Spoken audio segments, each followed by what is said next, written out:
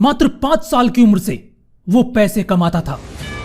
उसके दिल में जो आग लगी थी उसका जुनून बताता था, जिसे कई सिंगर्स और डांसर्स अपना भगवान मानते थे, जिसे सामने खड़ा देखकर लोग पागल हो जाते थे।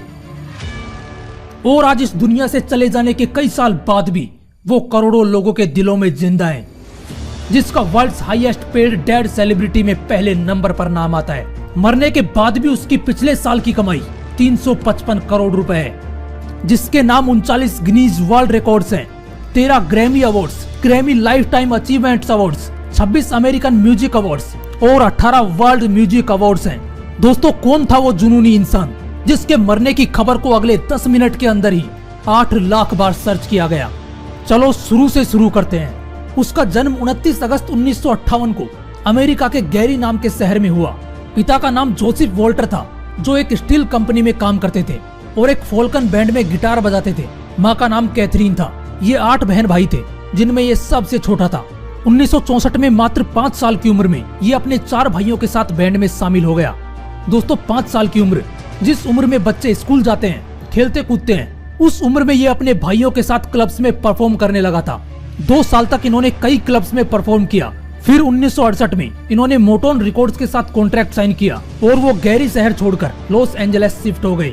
1 साल बाद 1969 में मोटोन रिकॉर्ड्स ने उनका फर्स्ट एल्बम डायना रोस प्रेजेंट्स रिलीज किया, जिसे पब्लिक से अच्छा प्यार मिला।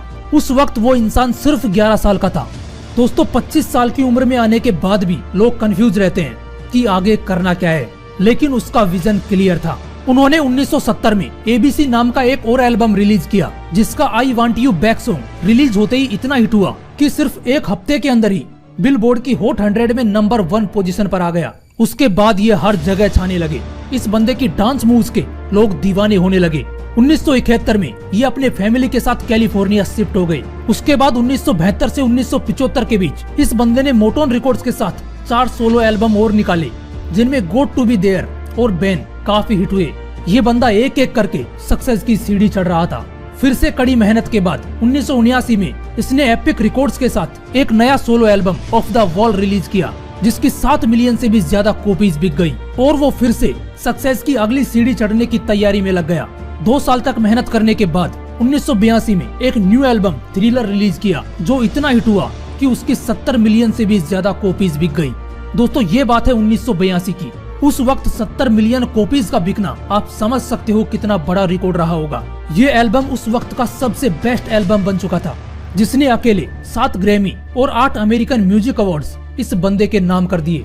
दोस्तों, अब तक तो आप लोग पहचान गए होंगे, उस इंसान का नाम है माइकल जोसेफ जैक्सन, जिसे हम king of pop Michael Jackson भी कहते हैं। मार्च 2009 में एमजे ने अनाउंस किया था कि वो कम से कम 10 बार लंदन के O2 एरिना में कॉन्सर्ट करेंगे और ये उनका आखिरी कॉन्सर्ट होगा। लेकिन उससे पहले ही 25 जून 2009 को उनकी दिल का दौरा पड़ने से मौत हो गई।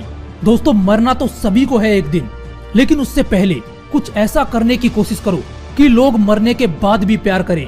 महफिल भी रोए, हर दिल भी रोए, डुबाकर तेरी कश्ती को साहिल भी रोए। इतना प्यार बिखेर दे दुनिया में कि तेरा कत्ल करने के बाद कातिल भी रोए।